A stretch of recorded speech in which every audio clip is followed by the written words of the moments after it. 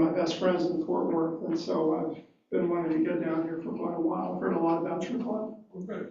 So hopefully they'll have me back when I have a voice. What I want to talk about tonight is perspectives on distance. Now, all of you are familiar with some of these basic distances, so I'm not going to belabor them too much, but I'm going to introduce you to someone. And the person that I'm referring to is pictured in this picture that was taken in 1965. That was back in the day when people wore something called coats and ties. And then about a third of the people in this meeting were college and high school age. That's something we don't see any of the clubs in America anymore. It's a big problem.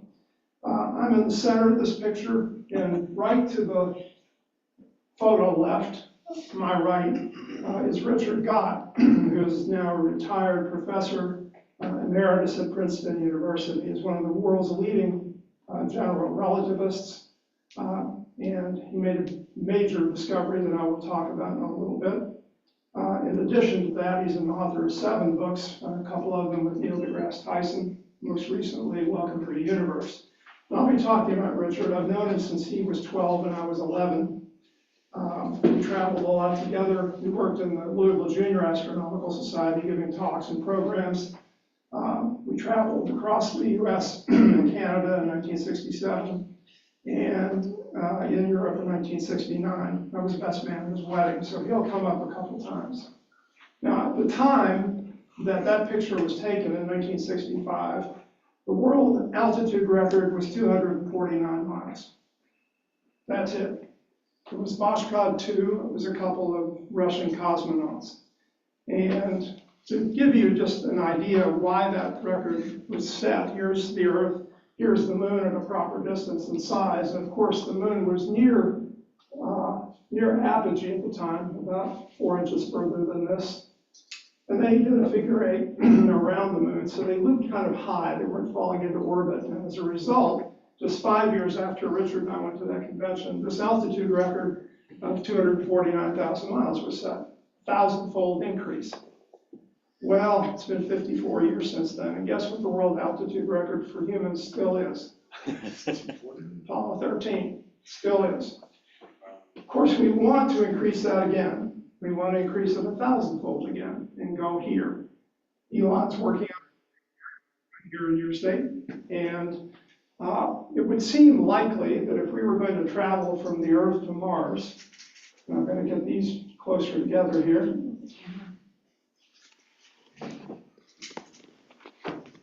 Okay, there we go. Half-inch apart, Earth and Moon. On that scale, Mars gets as close as that LED right there at the end of the table. About 35, 34 million miles at best. When it's at the furthest point on the far side of the sun, it's back there in the back of the room. That red dot way back there, with the sun in between.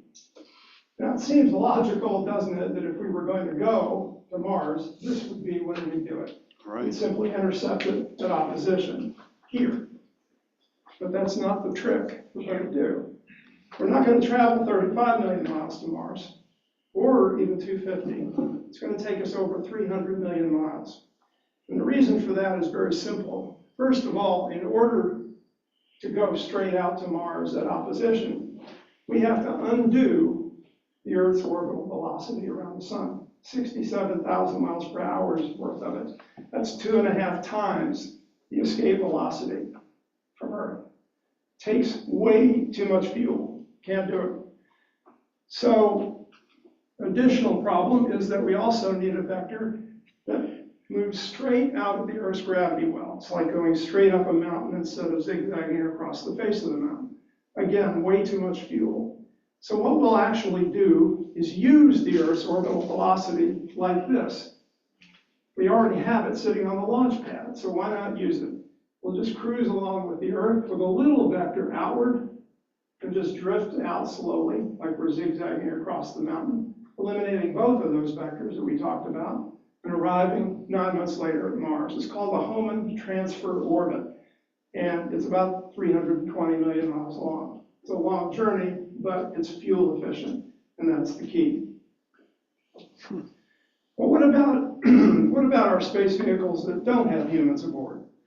We've sent some machines out there at great distances. The furthest one, of course, is Voyager 1, and it will remain the furthest for the foreseeable future. Right now, it's 15 billion miles out. That's about 5 times further than Neptune. And it's traveling at a speed that it's going to maintain pretty much, about 38,000 miles per hour. It's so far from the sun now that it's not slowing down appreciably at all. Well, what if Voyager 1 was aimed toward Proxima Centauri? What if it were headed there? It's not, but what if it were? How long would it take to get there at this incredible 38,000 miles per hour that it's maintaining? A billion years. Not quite a billion, but 75,000. Long enough. That's about 12 times the length of all of recorded human history that it would take to get to the nearest star, to the sun. So there's the first. Was it aimed correctly? Well, they didn't intend to go there. So it was aimed correctly for what it was intended to do. Well, what if you look at this? Now, this is something that you need to get to dark skies to really appreciate. How far do you go for your dark sky observing? 2 hours, 3. Yeah, you have to go an hour from Louisville, which are about 3 times bigger, I think. And by judging from traffic, maybe 10 times bigger. I don't know. To see this view, you have to wonder what you're looking at. And what you're looking at is about 10,000 light years. You're looking from the sun to the inner part of the Scutum Centaurus arm, which is blocking your view of everything beyond. Of course, with radio telescopes, X-ray instruments, we can pierce to the core and have. But what you're really looking at when you see that core, you're seeing star clouds that are 60 quadrillion miles away, 10,000 light years. That's 60,000 trillion miles away. But you can also see this with your naked eye. So now we have to talk not so much about what we can see with telescopes. We're not there yet. We're still trying to figure out how far we can see with just the human eye. Andromeda is easy, 2.5 million light years.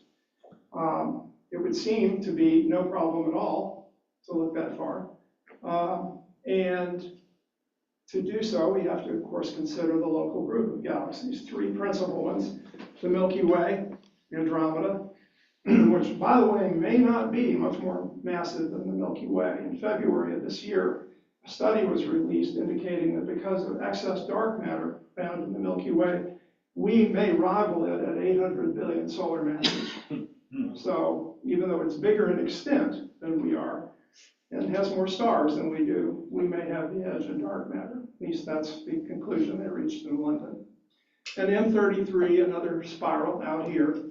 Now, to give you an idea about this distance, I have to refer to Richard Gott again, because one time I was invited over to Christmas dinner, and his mother and father were there. This was in 1990, I think, 3. And I must have made a comment, because the next year I went over there for dinner when Richard was back from Princeton, and there was a garbage bag sitting in the middle of the table. And I said, you know, this is a lady who is the president of the Kentucky Garden Club. She doesn't use centerpieces with garbage bags.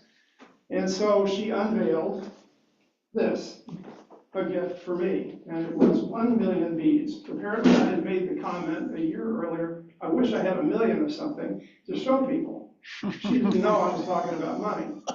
But nonetheless, they went through all kinds of machinations to count using scientific weighing, whole sets of 5,000 beads that had to be counted out with absolute precision to get this to 1 million plus or minus 15. Wow. Now, That's awesome. the reason I like to show people this is to talk about the number of miles to Andromeda. So here we have 1 million beads. Let's say each bead represents 1 mile. 1 million miles here, 4 times the distance to the moon. And we have another bowl here, and another bowl here, and another bowl here. How long a line of bowls do I need before I have enough miles, call them frequent flyer miles, to get to Andromeda? And the answer is I need a line that extends from this table all the way to the planet Neptune. Wow. But this apparently is the furthest thing that anyone has ever seen with the naked eye. It was seen by Stephen James O'Meara, many of you have read about him. He was in the southern hemisphere and caught a glimpse of NGC 5128, often referred to as Centaurus A. It's visible to the unaided eye. It's 13 million light years away. Nobody has ever recorded seeing anything further, although there was a chance back in 2008. An event occurred, and had someone on Earth, and no one did, had someone on Earth been looking at just the right spot in the constellation of Boötes, they would have seen a gamma ray burst that reached 5th magnitude and stayed visible to the unaided eye for 1 minute. 7 billion light years light travel distance. But nobody saw it. It was detected by satellites, and the light curve was, recorded, but no one recorded seeing it. Well, we're all familiar with these. These are popular galaxy targets, especially in the springtime. I just listed a couple of them, and I know all of you have observed multiple times. But many people don't really focus too much on why so much activity in the Virgo region.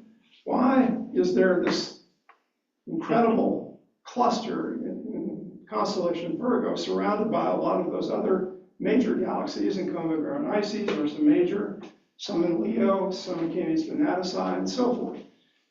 It used to be called the realm of galaxies on some old charts. Why there? Why not in the rest of the sky? And to really get a handle on this, we've got to focus on this model that I have here in front of me. So this white LED right here represents the Milky Way. Here we have Andromeda. Here we have Centaurus A, the furthest thing we've seen visually. Over here we have M81, Ursa Major. And over here we have M101, also in Ursa Major, of course. We have M104 in Virgo. We have the Canis cloud of galaxies. Here we have the Virgo cluster, 1,300 galaxies, 2 major Ursa Major clusters, and another one here to give you an impression. We had a little tragedy in the car with this. To give you the impression that when you look in this one direction of the sky, you're looking at a lot of galaxies, as you can see here. And that's why so many bright galaxies in that direction. But NGC 253 here is at the end of the line. That's the silver coin. And it lies 11 million light years in the other direction, but there's nothing here. What we have is a cluster here that connects around, leaving a giant void here, predictably called the Sculptor Void. It's close to 100 million light years across. And as a result, when you look in that direction, you're not going to see a lot of bright galaxies because you have to look across the void in order to see galaxies. You can do it. There are galaxies visible in that direction. Fornax cluster down here is not what I'm referring to, but directly in the Sculptor area, there are others, but they're very faint. The same is true when you look into the Boötes void. You look at constellations, if any of you are pursuing Herschel lists, when you get beyond Herschel Silver, you're into faint galaxies in places like Hercules and Boötes, and they're really tough. They're faint, indeed.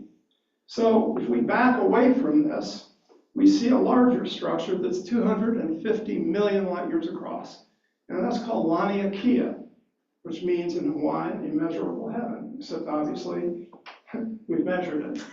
So its structure is roughly like this, okay? And again, Virgo cluster here, we're about in the middle of this big void here, bigger than I've really shown it on here, and then connected clusters around. Can you show that to the camera? Yeah, absolutely. I didn't know the camera was there. Okay, we lost the styrofoam ball. That's all right. So we have a cluster here, a bunch of large clusters, the Virgo cluster at the end of this green area. We're here at the apex of this kind of conical shaped point, and then more clusters here and all around in this direction. Okay? Wow. Okay. So, how far can we see? Can we see stuff in these other parts of Laniakea? And the answer is yes. Again, 14th, 15th, 16th magnitude galaxies, you can see across these voids. Now here is an interesting little galaxy called the loneliest galaxy we know of. It's got a very non-pretty name, MCG plus 01 minus 02 minus 015 in Pisces. It sits in the middle of the Pisces-Perseus void, which is about where I'm standing in relation to this model. It is a galaxy that has no other galaxy within 100 million light years of it. If we were there instead of here, I promise you any Astronomical League observing program series in that galaxy would have far fewer galaxy programs. They wouldn't even have known other galaxies existed until 1960, when telescopes were large enough to produce images of faint galaxies. By the way, these galaxies are indeed more than 100 million light years from that one. Doesn't seem like possible, but it is. So here we are at the end of this conical shaped structure in Laniakea here, which is kind of the E-shaped feature you see. And we backed out now to a distance of about 1 billion light years, okay? And we're going to back out some more, and we start seeing structure, a web. And we back out now to 5 billion light years, and we see, or excuse me, 10 billion light years. This is just a cube, arbitrary cube of space showing the structure of these galaxy clusters. Now, this is where Richard Gott comes back into the picture again. Because in 1986, he wrote a paper in which he proposed the existence of a sponge-like structure to the universe. That was the first ever pronunciation of a belief that the universe was structured like a web. And basically what he said was that the dense portions, the galaxy clusters, were all connected, and the voids were all connected. It was like Swiss cheese. If you were a bug, you could eat your way through the cheese. If you were a bug, you could fly all the way through the cheese from one void to another. He was the first to propose that. And he wrote a book called The Cosmic Web some years later. So how far can we see into this? Well, one thing that many of you have probably observed, and that you can observe easily in the 10-inch telescope, is a quasar, an active galactic nucleus. It's a black hole, supermassive black hole that's accreting material and emanating tremendous amounts of radiation in doing so. And in relation to this supercluster here, the Virgo cluster, and we in Andromeda, you can see this in a 10-inch telescope. Its distance is that white LED in the back of the room, visible in a 10-inch telescope. The number of intervening galaxies in the cosmic web is enormous, but you can do a lot better than that. Just get your 10 or 12-inch telescope out and look for 2 8th magnitude stars in Draco. It's very easy to find, very interesting, pretty little triangle of stars. And right below it is another triangle. And then right off of that is a little arc of 3 14th magnitude stars. They're about as bright as Pluto, so 12-inch would be better. And when you see that third one here, what you're seeing is a quasar whose light travel distance to us is 9.6 billion light years. That's how long the light took to reach your eye, twice the age of the Earth. Remember, the universe is only 13.8 billion years old. So that light has traveled 56 septillion miles. That's 2 trillion times further than Neptune to reach your eye, and you stopped it. Ruined its whole journey. I'm sure you have some members of the big dogs. And if you do, you can do better than this, because this is what you're doing when you observe that quasar in Draco. The light left there traveled 9.6 billion light years through expanding space, and today it's almost 13 billion light years away. But again, with a big dot, you can observe this little quasar. This is APM 082795255 in length. 15th magnitude, easily reachable with a 16 or 18-inch telescope. And when you observe it, you're looking at light that has taken 12 billion years to reach your eye. Amateur telescope can do this. It's really rather incredible. Today it lasts at 23 billion light years, because the whole time that light was traveling to us, the universe was expanding. And we'll talk about that more in a moment. Well, of course, with professional telescopes, the race has been on to find even further things. For a while, GNZ11 was the record holder with a light travel distance of 13.39 billion light years. Bear in mind that we're not going to be able to see anything whose light's taken longer than the age of the universe. So we're getting near the limit here because we're almost now looking back to a point in time before stars had a chance to form, before anything was shining. Well, this was discovered in 2022 and is HD1. It is the current record holder. It's in the constellation Sextans right under Leo. And its light travel distance is a record 13.46 billion light years. Today, it lies at 33 billion light years. That is so far away that the expansion of the universe between it and us is carrying us apart at over twice the speed of light. Okay, so this is what the galaxy, proto-galaxy I'll call it, actually looked like when the light left there. But the light's been stretched 14 times the wavelength. So when we saw it, it looked like this, simply because the light was passing through expanding space. This lengthened the wavelengths of the light. So how far is it? What if you had a huge space telescope with a mile-wide mirror and you had a friend and you were looking at HD1 visually? It's hard to imagine, so faint. But suppose you did. And your friend asks you, how far is it? Well, that poses some rather significant problems because there are three possible answers to that question. One answer is, well, 1 billion light years, because that's about how far away it was when the light left there that made this picture. But as the light was traveling to us, it was passing through expanding space, and so it ended up having to travel 13.4 billion light years to get to us. And the whole time that was happening, the universe was expanding, and the galaxy receded to a distance of 33 billion light years. Now, none of those three distances really feels good. We know it's not 1 billion light years away because the light took 13.4 billion years to reach us. But we also know it's not 13.4 billion light years away, because if you could magically project yourself back up the light path 13.4 billion years instantly, there won't be anything there. And we do know it's 33 billion light years away, but that leaves us puzzled because how can we see something 33 billion light years away in a universe that's only 13.8 billion years old? This is why astronomers just use the Z number, which is the number of times plus 1 that the light has been stretched by the expansion of space.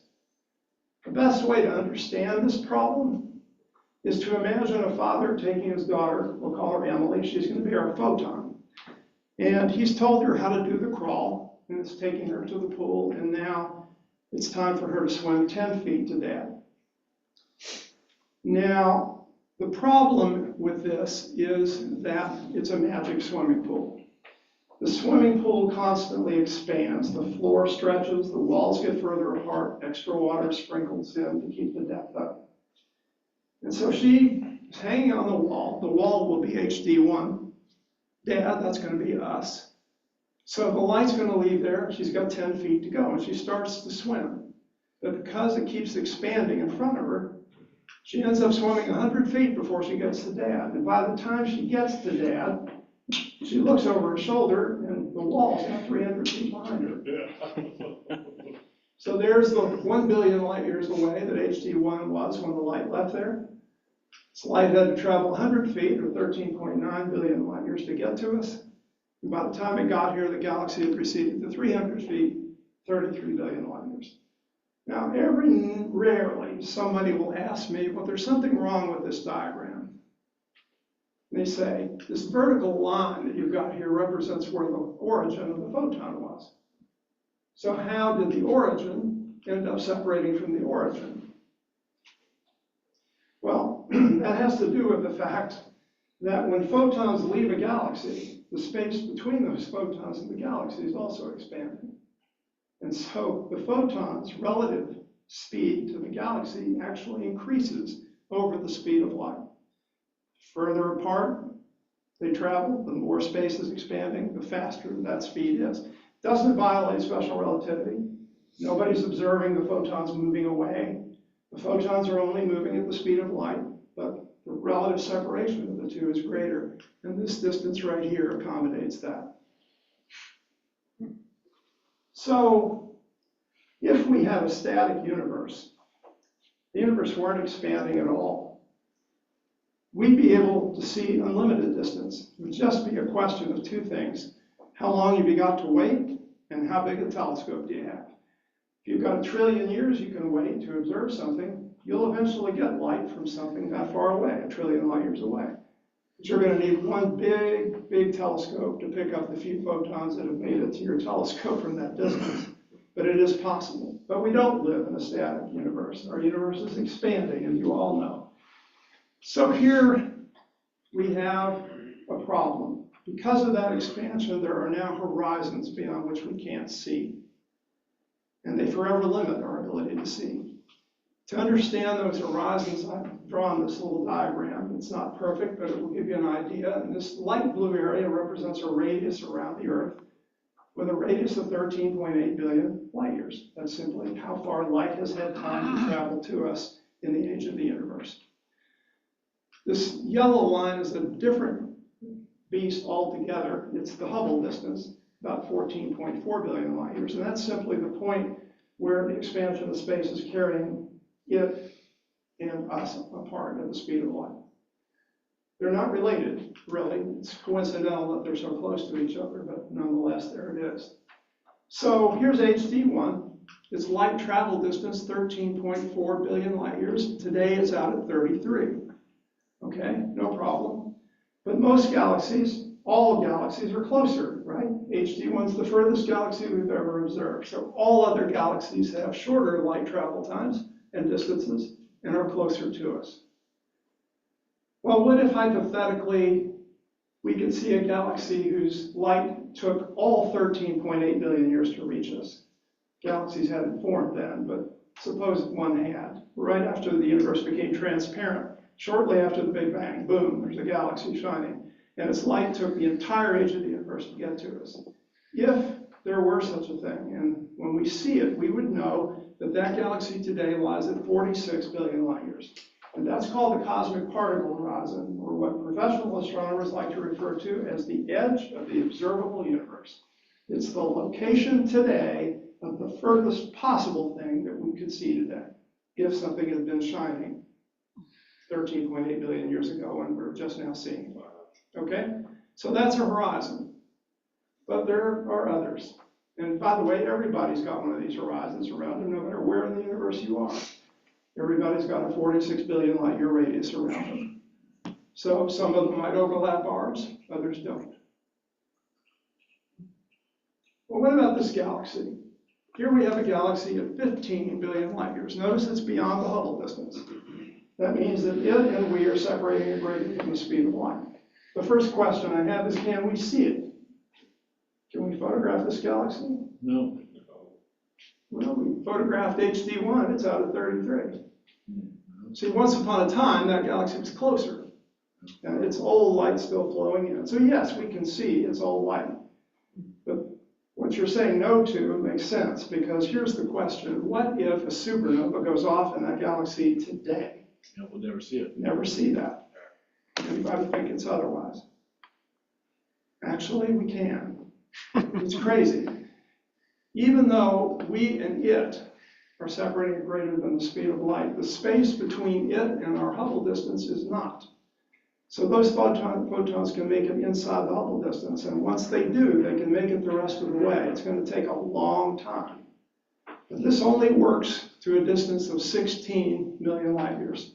You get to 16, you can only barely make it inside the Hubble distance. And so, beyond 16, any event that occurs today, we will never, ever see. 16 billion light years, therefore, becomes something called the cosmic event horizon. And anything that lies beyond that occurs today, never going to get here. By the way, there's another horizon out there that's created by this cosmic event horizon, and that is if something were to occur at 16 billion light years, and that light, we waited long enough for that light to eventually reach us, we would know then that that object would lie at 62 billion light years. So that becomes another horizon called the future visibility horizon. It's sort of similar to the horizon we talked about up here, just stretched a little bit to accommodate the fact that we're talking about today light. But everything beyond 16 is unreachable, totally unreachable. We cannot see it, okay? If it occurs today. And that means that about 97% of all galaxies that we can photograph today are already unreachable. Look at this on the previous chart. If I could go back to the previous chart. Okay, I give up. Oh.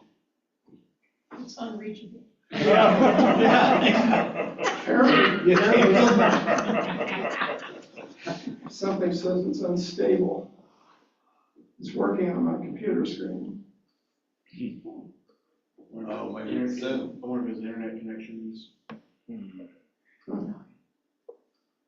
Okay, well, see if I can wing it without it. Need to unshare and then reshare it, I wonder. Well, we're close. Okay. Maybe probably off the Zoom call. He was frozen, yeah. Says it's connecting again. Sorry for the little pause here. We're close to the end here.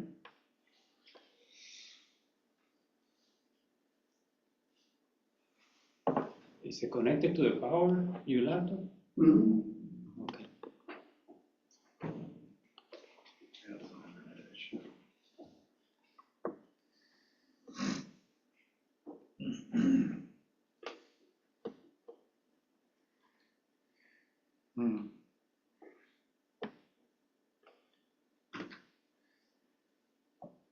I'll tell you, I'm going to take 1 second to.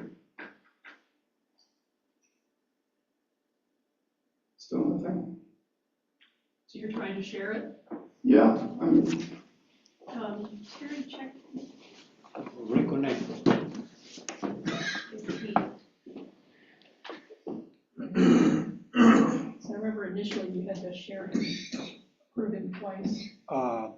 It may have dropped you as a co-host, so okay, well, let's just not worry about it. put you back. Okay, you'll be back here. Chuck, Pardon? There you Yeah, go. hold Now on. you can share it. No, I can share it. Try it one more time. that's it, Chris.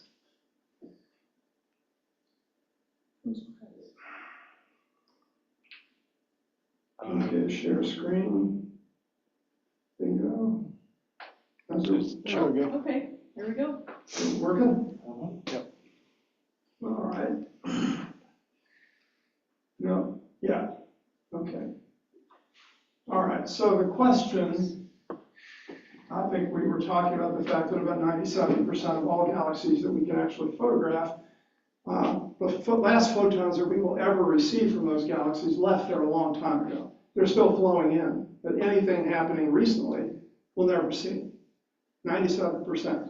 Think about that. You can fire that Enterprise up to warp 1, you're never going to get there. So is there a point where like there's something near that horizon that even if it didn't supernova would just go dark because we would lose the stream of photons even though it didn't supernova? Well, what happens is that if you're beyond 16, the photons just can't get here at all. And in the interim, as you pass 16, any event occurring. Is there some point of time where Where they that start thing would appear to go disappearing. dark because we lose the stream of photons? No. Does it disappear? It starts getting redder and redder and redder and slower in time and redder and just dims out slowly.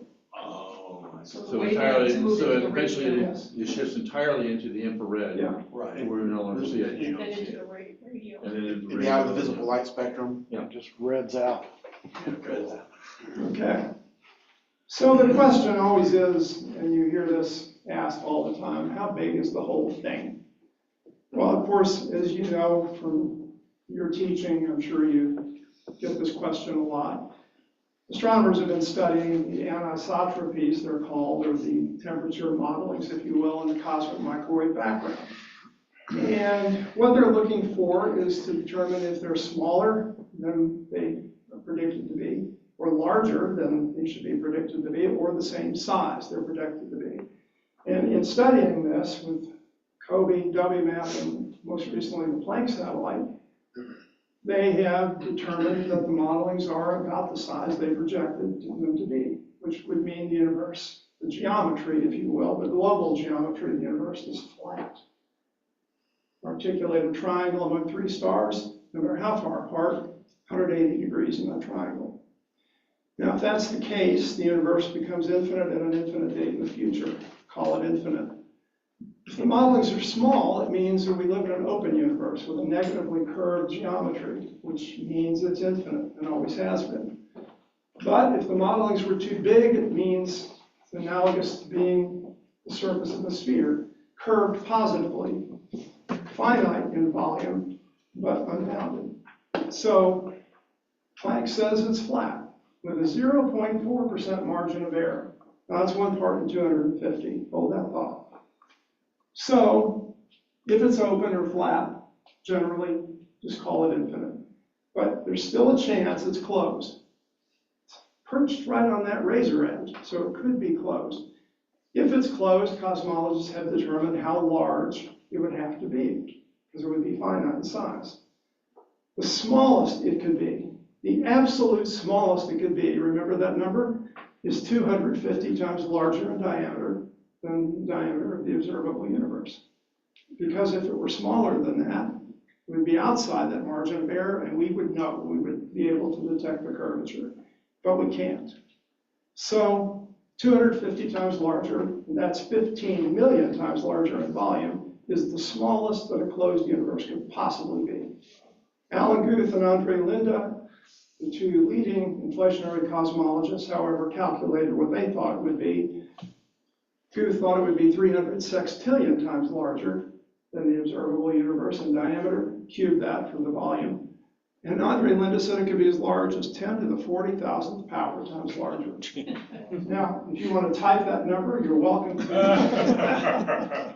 That's Times New Roman 12-point type. It's a 1 followed by 2 miles of zeros. So that leads also to the possibility that there are more than one universe around. Bubble universe theory is ubiquitous now among astrophysicists because they can't think of any process that would prevent more than one bubble from nucleating out of this inflating sea that Alan Guth and Andre Linde gave us. But that's for another talk and another time. But by now you're probably all feeling pretty small. So I'm going to try to help out there a little bit with just 2 final thoughts. One is that there is a range of distances in our universe, from the Planck length to the observable universe with that radius of 46 billion light years. Now, what's the Planck length? Well, it's 1.6 times 10 to the minus 35 meters. That's about a quadrillionth the size of a proton. And the reason that's so significant is it's the point at which quantum uncertainty reaches 100%. Time and space become roiled. And if you try to imagine observing something at that distance or that size, here's the problem you run into. You can take long-wave radar and image a mountain range, no problem. But you can't use radar to image a green pea sitting on your kitchen table. For that, you need shorter wavelengths than the size of the pea, so you use visible light. But suppose you wanted to observe something at the Planck length. Now you have to use electromagnetic radiation with a wavelength of a Planck length. And that is so energetic that when you inject it into the space you're observing, it turns it into a black hole, and you get nothing back. So the Planck length is that smallest meaningful distance under our laws of physics. Well, suppose you doubled it. 2 Planck lengths, 4, 8, 16, 32, 64, and you kept doubling it. How many times would you have to double it to get to the radius of the observable universe? The answer is actually surprisingly small. It's 202. Just 202 doublings. Exponents are amazing things. So what's in the middle? What's at 101 doublings? The median-sized object. Amazingly, it's dust grains you would see floating in a sunbeam. And you are 15 doublings larger than that. So you're well larger than the median-sized object scale in our universe. And if that won't help you out, back in the back I have an element collection that contains atoms most of them pure, for 100 elements on the periodic table, thanks to a laboratory in Seattle that helped me get the last 5. At no small price, but nonetheless, they did. Back there is a cube of tungsten. It's a 1-inch cube of tungsten, heavy as heck, one of the denser elements on the periodic table. And the reason I love that little cube of tungsten is it has exactly, almost exactly 1 septillion atoms in it. That's 1.03 septillion. Just divide the weight by the atomic number, by the atomic weight, grams, by the atomic weight, multiply by Avogadro's number, and get 1.03 times 10 to the 24th septillion atoms. That is at least 4 times more atoms in that cube than there are stars in our entire observable universe. And that's using high estimates of 2 trillion galaxies. Plus, that little tungsten cube is 99.99999999996% empty space, pretty much like the universe is. So if you ever feel bad, pick up a cube of tungsten, point to it and say, universe, sitting in your hand. Listen, it's been great being here, and I hope you'll have me back someday because I'd love to come back. Thank you very much.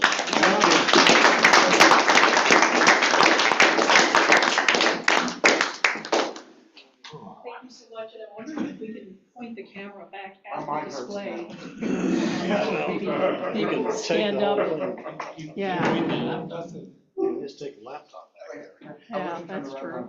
Yeah, but just wanted to, just so folks can see what it looks like, what you're missing back there. It's awesome. Let me, Please, questions. Anybody have any questions? I'd like to say a couple things about the elements, first of all. There are 22 radioactive elements back there. The ones that are putting out more than 1 microsievert per hour, which is nothing, you'd have to hold it in your hand for 7 hours to get your hand, you got a dental x-ray out of it. And at 10 inches, it's virtually background radiation. So leave those closed, but you can use the Geiger counter back here to determine that there is nothing above ordinary background radiation in these cases. I'm very meticulous about that. That's an $800 SE Ranger Geiger counter, and I got it because I wanted to be sure about that. I did put a couple of the actual red dot pigs back there that have actual samples in them. I don't normally display those if there are any kids in the audience, but leave them closed. If you want me to open them, I'll do that and show you the radiation coming from those. It's a little, again, nothing dangerous. These are all legal to own, legal to mail. So I just am ultra careful. I don't want people fearing me that exposed to something because you aren't being. If you would do me one favor, if you pick up the mercury container, don't hold that out over the floor or we're gonna have, issues if it gets dropped. And that's really it. So if anybody has any other questions. Anybody online with questions? Yeah. Looks like there's Anybody out in Zoom land with a question? Check the chat. I have a question on gravitational lensing. How is that being compensated while capturing or measuring the distance? How is it being compensated? Yeah, I thought there'll be some kind of distortion. So how do you know? Does that affect the distance calculated at all? It certainly affects the brightness of the object that we see, Okay. but not the wavelength so much. Okay. They're more concerned about dust, intergalactic dust affecting wavelength determinations. There were recently a couple of galaxies that were believed to be further than HD1. They were claiming that they were further, maybe 13.5 billion light years light travel time. And further analysis revealed that they weren't. And so there is some concern about dust. Won't the gravitational lens, though, increase the path length that the light went through to get to? It'll bend the path length. I have a physics question. Sure. I haven't read much about it, but if an object is red shifted, and it's this, I guess anything at the same distance is going to have the same amount of red shift. So I guess the physics part of the question is, Seems like something you said indicates that a shorter wavelength will have, of electromagnetism will have more energy than say like a longer wavelength. Mhm. So would that make it more difficult? In addition to the, I guess, the inverse square, would that make it even harder to detect since it's a longer wavelength? Is that question even making any sense? I'm having a little trouble with it. You're asking whether the longer wavelengths make it harder to detect? Yeah. You know, it makes it fainter, Yeah. tremendously fainter. Oh, okay, that was the question, really. I just didn't know how to phrase it. Remember that quasar in Lynx that showed you the 12 billion light year light travel time? That thing is really red. Makes it hard visually to see. It's 15th magnitude, so it's quite bright, you know, in terms of professional work. But that's mostly because of its distance, because it shines in brilliant light blue light. So independent of distance, if you had something that was like shorter wavelength versus longer, the longer wavelength would be fainter. If there were two objects. If you had two objects, one blue, one red, Yeah, at the same distance, Yeah, the red would be fainter. okay. Yeah. Thanks. Yes, sir. So, struggling with a concept here. One of the things that seems to me to be a weak point here is that we're measuring the distance to the edge of the universe, right, in light years. But a light year is a static distance, and the space-time is expanding across that entire distance. Yes. So space and time are both expanding, which means a light year is not a constant anymore. So how is that? I mean, well, it kind of invalidates the yardstick. You know what I mean? Well, a light year is a light year. It's how far the photons travel in 1 year. And that's going to be constant. Not if space-time is expanding at faster than well, the speed of light. That just increases the time it takes those photons to cover an initial distance. If the photons are going from here to here, okay, yeah. And you just look at it statically, you'd say, okay, it's X light years, it's going to take X years, okay? Yeah. But this isn't going to be here when those photons arrive.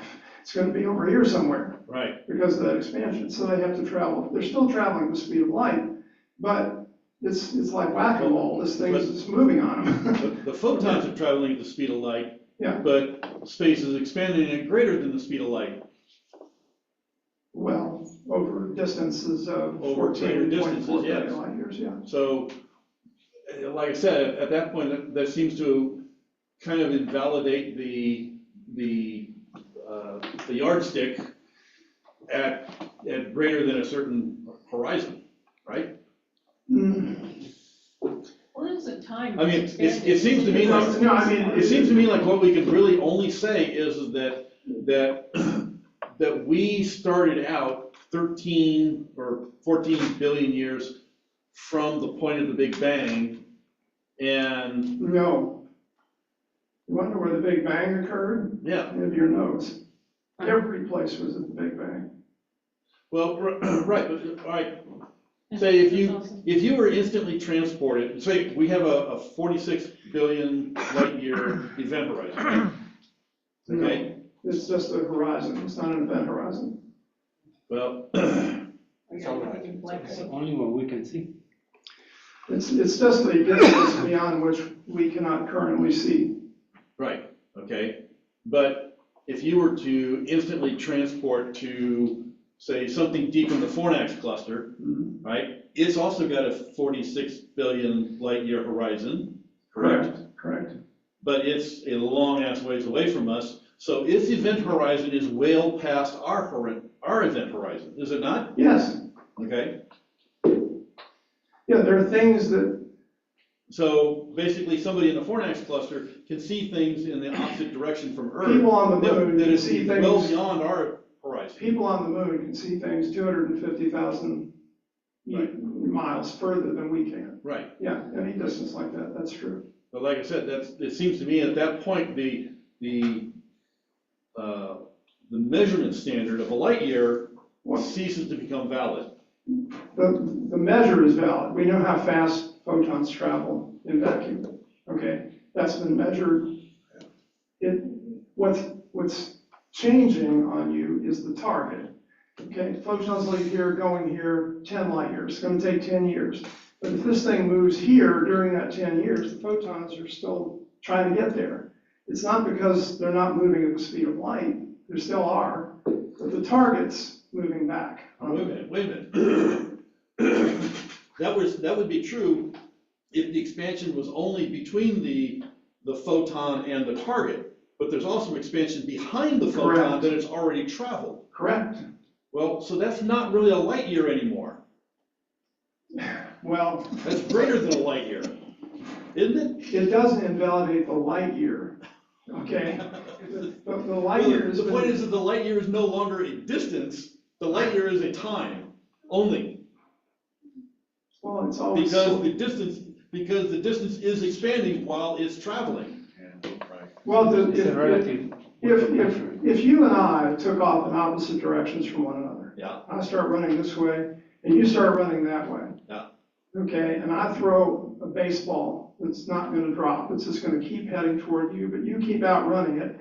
I keep going back here, a mile's still gonna be a mile, but the number of miles between us is gonna increase. It's gonna make it harder for the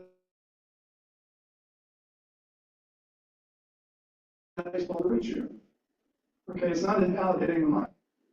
It's just a dynamic, we're applying light years in a dynamic environment. In this case, our mile is not just a distance, it is also a time component. Question. Yes. I don't know if it's germane. I don't remember if you mentioned the concept of co-moving distance. Yeah. Does that apply here? Yes, co-moving distance is the current distance to these objects. That, in the case of HD1, would be the 33 billion light years. And that's all it is? That's where it is now. Yeah. Yeah. Okay. Are you coming with us to get beer and burger? Sure. Sounds like a conversation to continue there. Yes, sir. Yeah, with James Webb, I haven't dug into it, but I thought I remember hearing them debating now whether the Earth actually is 13.8 million years old. Okay. Or that the universe, that the Big Bang was 13.8 million. First of all, you have to be real careful with these hyperbolic U-tubes that pop up, because it happens every time. Somebody say, hey, we've got a problem. We're seeing galaxies 13.5 billion light years back, distant, which means only 300 million years after the Big Bang, that seemed to be too developed. They had to find a spiral structure for being that young. Since then, astronomers, I think it was Paul Steinhardt, found out, well, the reason for this is when you have new galaxies forming right after the Big Bang, there's only hydrogen and helium available. Okay? And when you have hydrogen and helium available, it's very hot in the early universe. And it's very hard for gravity to pull rapidly moving hydrogen and helium together when it's hot. And so you have to have a lot of it. And so all the stars that you get formed in the early universe have low metal, no heavy metals, and they're big. And that gives these galaxies a much more mature look to them because of that. And that explains why those galaxies appear to be better developed. And so there are lots of, I saw those YouTube, the universe is 0.8 billion years old and so forth, but that was reacting to an initial report that was premature. Okay. Now, I'm not saying they can't discover something that will change that number, but I talked to Richard about this, Richard Gott, and he said, nope. And he's worked with Paul Steinhardt, and he's talked to a number of other astrophysicists about it, and they're very comfortable with 13.8 still. Okay. So we got a question out online. David Rivenberg, do you want to ask your question?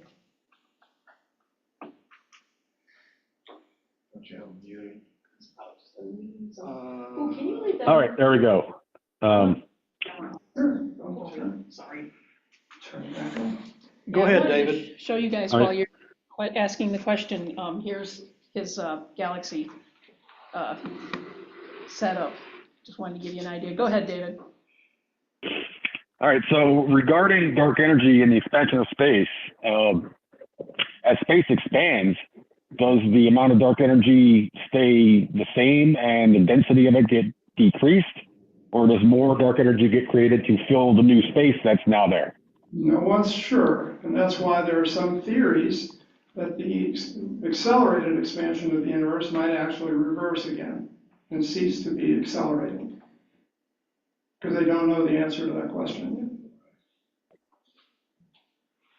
The universe slowed in its expansion for about 7 or 8 billion years. And then about roughly 5 billion years ago, it started expanding more rapidly again, accelerating its expansion. It was thought that this is because matter had become strewn through a greater volume of space to the point where gravity lost out to dark energy, which was causing expansion to accelerate. But some astronomers believe that that too might stop at some point in the future. It's a good question.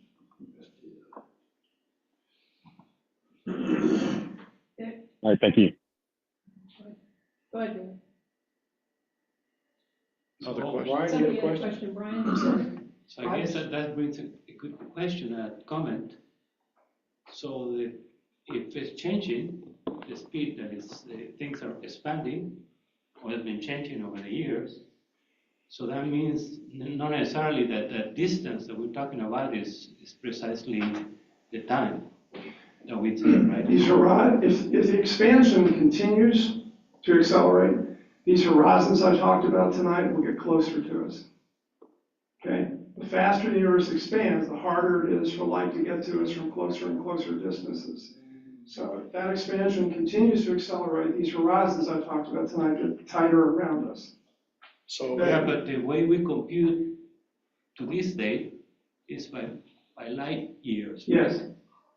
But that light years will be okay as long as the speed was constant. Exactly. But if the speed is changing, like you mentioned a few minutes ago, Well, all I'm saying is Expansion. the expansion of space is not expanding the light year. Okay, it's simply expanding the distance between objects that are measured in light years. It's a dynamic problem because, as I said, HD1 was 1 billion light years away when it looked like that photograph. But we know the light took 13.9 billion years to get here, and it's 33 billion light years away now. So yeah, it creates the dynamic nature of the universe, makes it seem like nothing makes sense, including a distance. But I mean, a light year still has a defined distance measured by the speed of light in a vacuum. So no, I agree with that. It's just the fact that if the expansion is not constant, then all of a sudden we got to use the average or something else to compute, right? well, bear in mind, if the light year expanded along with the universe, then the light would get to places much faster. Yeah. Okay, because it's going to be traveling a greater distance in 1 year. But it's not. Oh yeah, I get all It's that. kind of like the It's just- example you said with like two people running away from each other. Yeah. And you throw the baseball back at the guy, and then you jump on a golf cart, and now you're going even faster away from him. The distance between you is growing at an even faster rate than it was when you were just running, but the baseball doesn't change velocity. Well, I'm It's still saying, moving toward him at the same if speed. you had two objects a light year apart, and you shot a light between them, and the universe is expanding, so that, you know, every year they get a light year further apart, if the light year expands along with it, it's still gonna get there in 1 year. That doesn't make any sense. That would mean the photon would have to be accelerating. Right. Yeah, so that's why, Did you have a But question, if Brian? the universe is expanding at half a light year per, then it'll take longer to get there, but it will eventually get there, because the photon's moving faster than the expansion of the universe, okay, right? be careful when you talk about how fast the universe is expanding. Okay, because the only way you can measure how fast the universe is expanding is to pick 2 points in the universe and ask how fast They're moving apart. they're moving apart. And that's arbitrary. You can pick 2 points that are 28 billion light years apart, they're separated by twice the speed of light. So it does not violate special relativity at all. So you said the horizons are shrinking, so at some point in the distant future, future astronomers, the observable universe would really consist of, say, just our local group of galaxies. Mm-hmm. we have a rough idea of how long it How might be? long ago? Okay. Not that I've heard. When it occurs Yeah, a long though, time. does that mean our local galaxies are on a 14.5 billion light year radius? Okay, Andromeda, Milky Way, M33, our local group, that space is not expanding. It's gravitationally bound. Okay. The expansion occurred over vast stretches of the voids, large spaces between clusters for the most part. Isn't a galaxy that is actually moving towards our galaxy? It is. We'll collide with it in about 4.5 billion years. Actually, we almost collided with it about 6 or 7 billion years ago. I forget the number. But we think Andromeda actually stole some dwarf galaxies from us in the last passage, and now we're looping back for a much more dramatic collision with it. So does the being gravitationally bound, does that still apply if in the future there's going to be a big rip? Well, if the expansion reaches dramatic proportions, it would rip apart even a local group or an Earth or atoms. That would be the big rip. That has some critics that year. I have a question. Yes. The notion of the expanding space, that it's happening faster. And I've always thought, okay, we're looking at everything back in time. We're looking, farther we look, the farther back in time. So of course it's moving faster because it's closer to the Big Bang.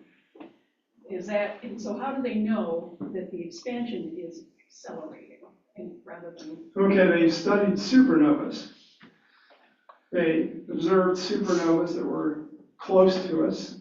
They observed supernovas that were at greater distances from us. These type 1A supernovas were sort of standard candles. So they plotted them, okay, trying to determine redshifts of the ones that were closer to us and redshifts of the ones that were furthest to us, thinking, well, they're all going to follow along a nice linear line. The further they are, the faster they'll be moving away from us, but that wasn't the case.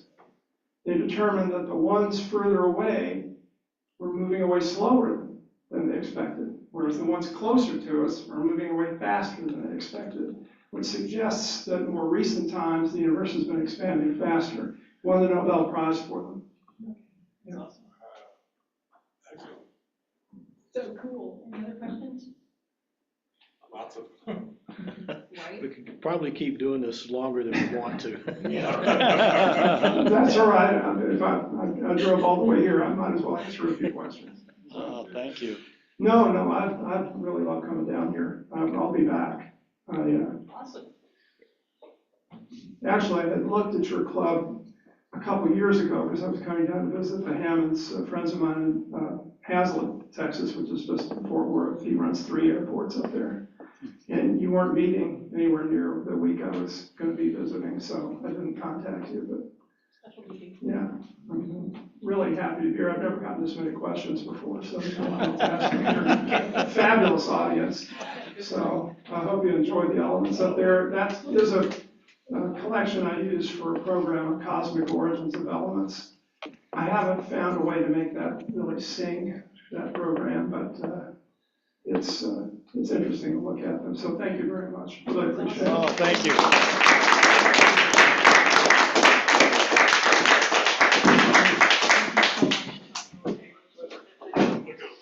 Okay, thanks everybody. We